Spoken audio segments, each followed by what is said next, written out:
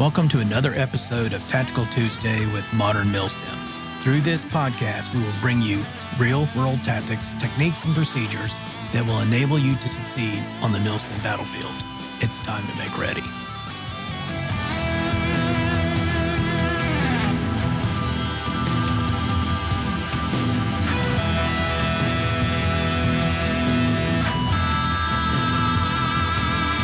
Hello and welcome to episode 22 of Tactical Tuesday with Modern Milsim. As always, I am your host, Craig White. Thank you for being here. Now today we begin Season 2 with an overview of Close Quarters Battle, or CQB for short. CQB is an extremely complex subject with many variations in its TTPs. Some effective CQB tactics and techniques have been around for more than 50 years. More recent TTPs have been developed as enemy tactics have evolved and to make CQB more survivable. Now, I have a brief word of warning here. The tactics, techniques, and procedures in this podcast are for Milsim purposes only. They have been adapted from real-world tactics for Milsim. Actual CQB combat is a deadly endeavor. Do not apply these TTPs to real-world combat. So with that disclaimer out of the way, where do we start with this discussion?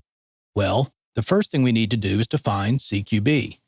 Close Quarters Battle, or CQB, is combat characterized as short duration, extremely violent action at close range. Although CQB is normally associated with clearing rooms and buildings, CQB TTPs can be used anywhere. The environment where CQB takes place does not define it. Instead, it is the violence of the short-range engagement that separates CQB from other combat. Because CQB is the tactical set typically used to clear buildings in urban terrain, there is an obvious interplay between it and military operations in urban terrain tactics. That interplay sometimes causes players to confuse one for the other. There are occasions where, due to the extremely close range of outdoor engagements, friendly forces will resort to CQB tactics to outmaneuver and prevail against the enemy. With that exception, the rule of thumb differentiating mount and CQB TTPs is the following. Mount tactics are used to get the entry teams through urban environments and to the target building. Once the entry team breaches the door of the target building to gain entry and to establish a foothold, it transitions to CQB TTPs to clear it.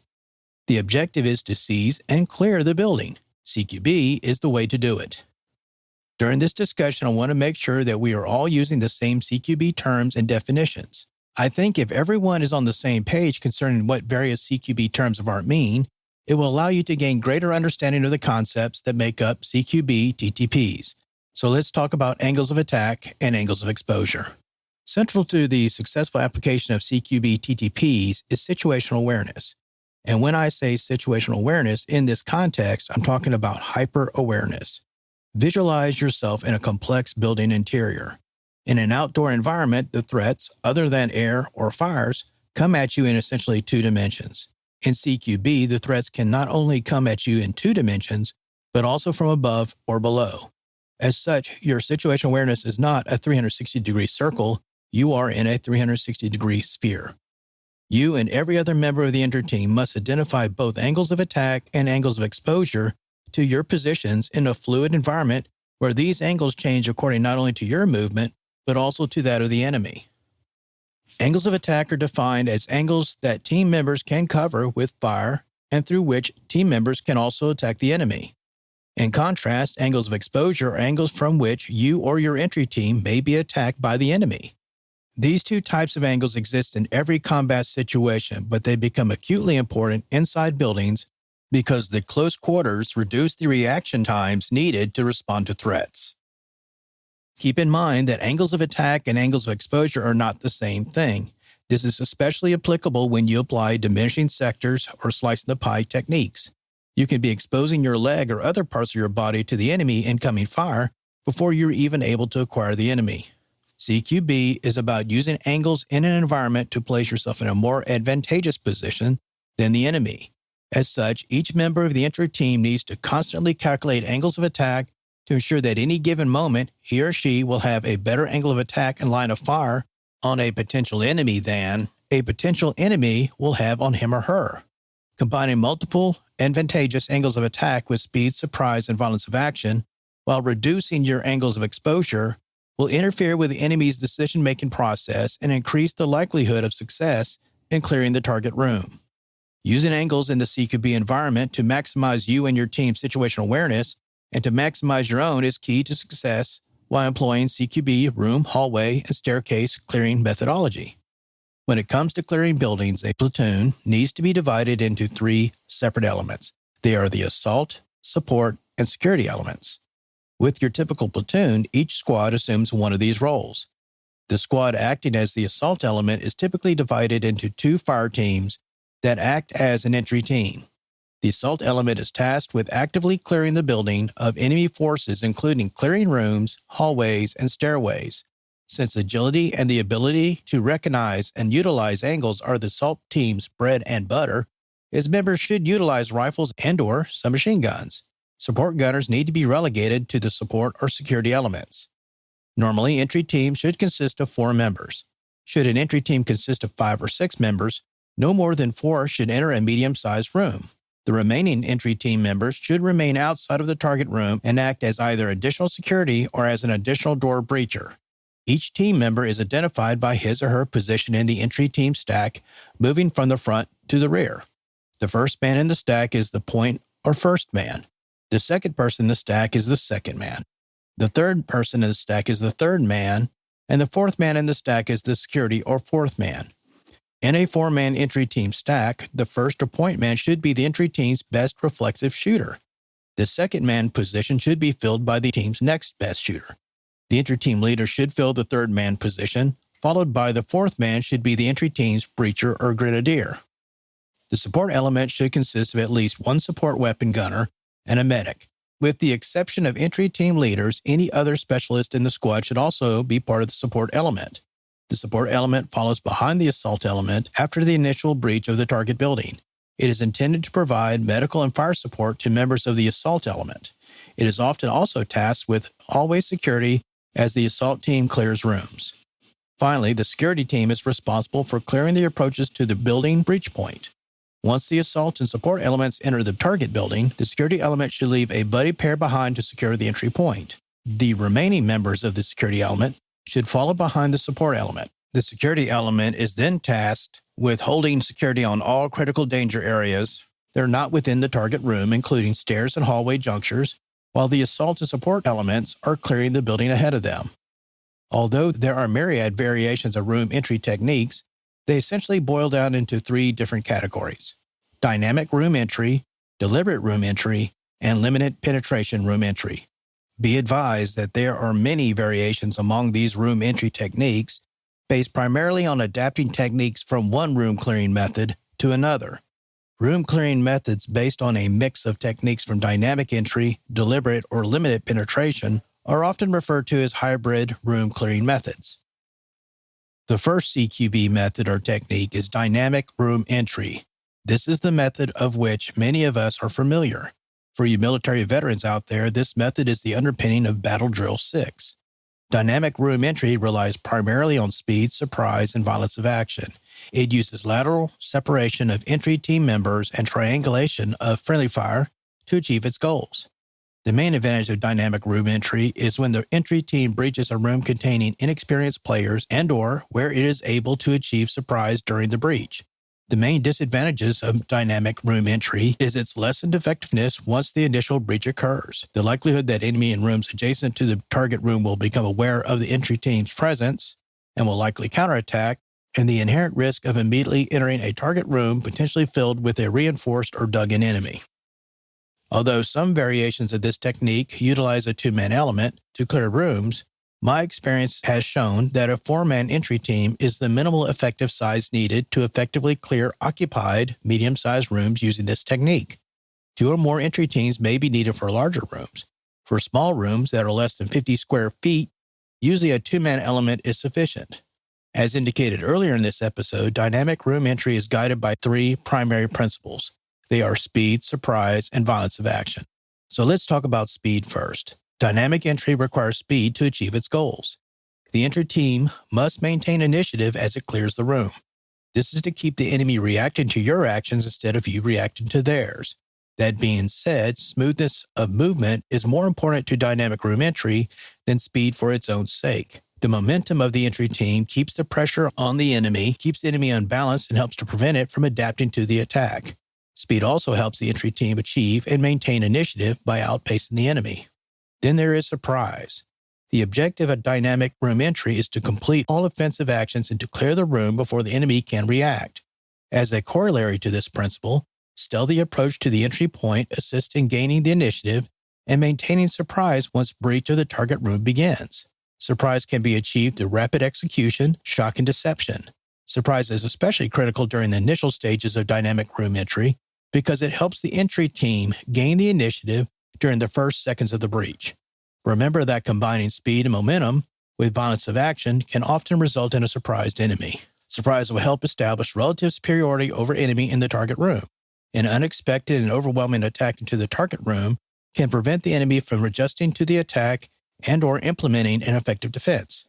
Finally, there is violence of action. Gaining and maintaining physical and psychological momentum in a dynamic room entry is essential to its success. Quick, decisive action, including the use of accurate fire, target discrimination, and grenades, overwhelms the enemy and maintains the momentum of clearing rooms. Violence of action is essential to maintaining pressure on the enemy. Deliberate room entry relies more on clearing as much of the room as possible from outside of the doorway or entry point before using dynamic entry techniques to clear the near side, also known as hard corners. Stealth is at a premium for deliberate room entry. If compromised, the entry team will likely need to transition from deliberate room entry to dynamic room entry technique to clear the target room. The advantage of deliberate room entry is that up to 90% of the target room can be cleared from outside of the room. Utilizing the deliberate room entry technique lessens the odds of incurring friendly casualties while clearing the room. The entry team has the opportunity to ascertain enemy strength and fortification in the room before committing to breaching it.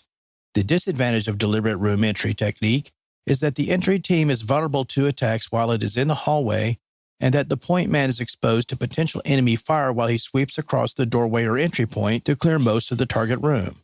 It also is less effective where the door to the target room is closed. As with the dynamic room entry, you will likely need a 4-man entry team to effectively clear a medium-sized room using deliberate room entry technique. 2 or more entry teams may be needed to clear larger rooms. Like the deliberate room entry, limited penetration or LIMPIN room entry relies on clearing as much of the target room as possible while using the walls and/or doorway and entry point frame to provide cover or concealment against enemy incoming fire. In other words, you are fighting from the door. It relies more on security cover and force protection by engaging the enemy almost exclusively from outside the target room. Unlike both dynamic room entry and deliberate room entry techniques, the limited penetration room entry technique is focused on force protection. As such, enemy team members do not actually enter the target room until almost all of it is cleared from the outside. The near or hard corners of the target room are cleared by diminishing sectors or slicing the pie from the frame of the entry point or by limited penetration into the room by 1 or more entry team members. The main disadvantages of limited room entry is that it is often plagued by entry team members getting bogged down at the target room entry point and by enemy attacks on its flanks while doing so. Now, entry teams should train to the point where they can easily transition from one room entry method to another. For example, if the entry team initially utilizes a limited penetration room entry technique, but is getting bogged down, it should easily transition to dynamic room entry. If the team initially utilizes a deliberate room entry or dynamic room entry technique, but determines that the target room is heavily fortified, the point man should be able to pull back while the entry team transitions to limited penetration room entry technique. The entry team needs to be flexible enough to transition to each room entry technique as circumstances warrant it. Now, as the last topic of this introductory episode concerning CQB tactics, techniques, and procedures, I want to talk about entry team safety. Because CQB tactics, techniques, and procedures are typically performed in close confines such as building rooms and hallways, they are subject to different safety rules and procedures than those utilized on a square range. Due to the close confined spaces typical in CQB operations, safety rules need to take into account the lack of time to react to events occurring near entry team members, the typical human flinch away or bail reaction from sudden threats that appear in close proximity to individual team members, and other factors. So here are the CQB rules. I'll have illustrations of each rule on the post for this episode, at the Modern Milsim Facebook page. The first rule is called the 2-step, 2-meter, or 6-foot reactionary space rule. Each entry team member has a reactionary space that extends in a 2-meter or 6-foot radius around him. This working or reactionary space is designed to provide enough time and space between individual entry team members to allow them to react to entry team members around them. The reactionary space is sometimes also referred to as reactionary gap. The next safety rule is earning the shot. Earning the shot means that a team member does not take a shot if it places another team member in danger. Instead, the team member in question must move or otherwise manipulate his weapon to earn a firing lane that does not place another team member in peril of friendly fire, and takes into account short reaction times necessary to respond to another team member's actions. If you have not earned the shot, do not take it. Avoid shooting from depth behind other entry team members where there is an inadequate time and space to prevent friendly fire. It is a technique for earning the shot in structures and areas where there is enough lateral space to accommodate it. With this technique, an entry team moves to the side and around another teammate in order to line up beside him. In doing so, each entry team member maintains visual on his other teammates via his peripheral vision and maintains his and his teammates' reactionary space.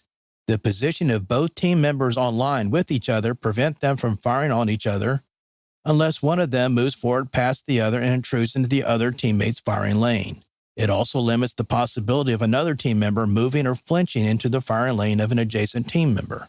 If you properly follow the techniques and procedures for dynamic and deliberate room entry, you will note that the movement of entry team members along the near or strong wall position them in an on-line formation. This is also the reason why entry team members need to avoid over-penetrating into the room. Getting offline allows team members to inadvertently fire on other team members from behind. Getting online works in conjunction with the 45-degree rule and the 2-step, 2-meter, and 6-foot reactionary gap rule. Now, the next safety rule is the 45-degree rule. Each entry team member maintains a 45-degree firing lane in front of him or her.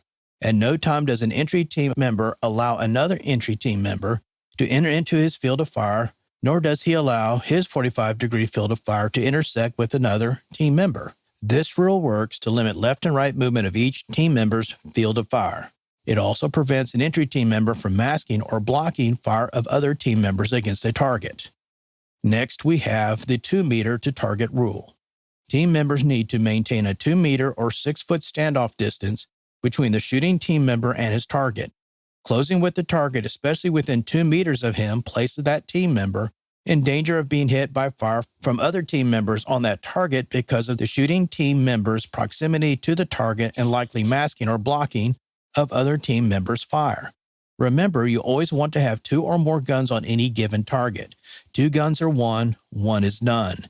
You never want to engage the enemy in a one-on-one firefight. Masking support fire from other teammates by closing too close to your target creates such a one-on-one firefight. So then we get to first to shoot owns the firing lane. Do not compete with other team members to use a firing lane. The first one to shoot owns the lane. This rule helps prevent team members from inadvertently hitting another entry team member in front of them. This is especially true in confined environments such as hallways. Once another team member has engaged the enemy, earn the shot from another safe angle if possible. If not, hold your fire until a safe firing lane opens up. Then we come to muzzle discipline. Entry team members should have constant awareness of the position of their muzzle at all times. Especially when an entry team is stacked up, there is a significant danger that second, third, and fourth men in the stack will muzzle flash team members in front of them, especially the back of the head. For that reason, team members will need to use either a low-ready or high-ready position to prevent sweeping of the head and or legs of the entry team member ahead of them. Entry team members must constantly extend an imaginary line between his weapon muzzle and his intended target to ensure his fire will not hit friendly forces and to identify other potential safety issues. Now, if you get hit or fall down, stay down and remain down until the engagement is over to prevent being hit by friendly fire from the rear. Next, we have grenade discipline. Each entry team member must maintain awareness of the position of every other team member. Know the blast radius of the area of effect weapon that you are using to ensure that you do not deliver the weapon where it will create friendly casualties. Finally, the overall biggest safety rule there is situational awareness. This is the most essential consideration in the employment of CQB TTPs. Awareness by entry team members of changing conditions surrounding them, as well as changes in known or potential threats, are critical to force protection and completion of the mission assigned to it. Team members need to constantly observe and evaluate their surroundings for potential threats in 3 dimensions. It is also especially important to maintain situational awareness while breaching the room. Tunnel vision, such as fixing on clearing corners as opposed to eliminating known threats, failing to transition from primary sectors to secondary sectors, failing to be aware of the positions of other team members, and over-penetrating into the room while clearing it will result in friendly casualties or loss of the entire entry team. I hope you've enjoyed this first episode of Season 2 of this podcast. Tune in next week when we're going to discuss room and hallway anatomy, including common room types and how to describe them in a tactical sense, including the fatal funnel, immediate danger area, and moving angles. As before, each episode in the second season will build on the previous episodes. We will crawl, then walk, then run, right? If you have any topics you would like to see covered in future episodes of Tactical Tuesday, please let us know by posting it on the Modern Milsim Facebook page. If it's not one of the topics we are already planning to cover, we will likely add it to our ever-growing topic list. If you like this podcast, please subscribe to it on Apple Podcasts, Spotify, Google Podcasts, as well as many other podcast directories. As always, thank you for your support, and I'll see you in our next episode. See you then.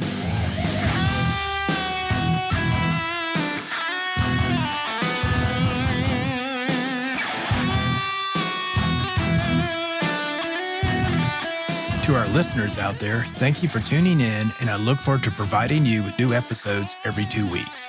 If you like what you're hearing on this podcast, please subscribe and provide us with a review. We want to know what you like and how we can improve. You can also contact us on our Facebook page at facebook.com/Modern Milsim with any suggestions you may have. In our next episode of Tactical Tuesday, we will discuss room and hallway anatomy, including common room types and how to describe them in a tactical sense, including the fatal funnel, immediate danger area, and moving angles. If you want to know more about application of real-world tactics, techniques, and procedures to Milsim, please check out From Alpha to Omega, a Milsim tactical primer and training manual, as well as From Insertion to Extraction, Advanced Milsim CQB Tactics, Techniques, and Procedures. Both books are available at Amazon.com. As always, thank you for your support. See you at our next installment of Tactical Tuesday.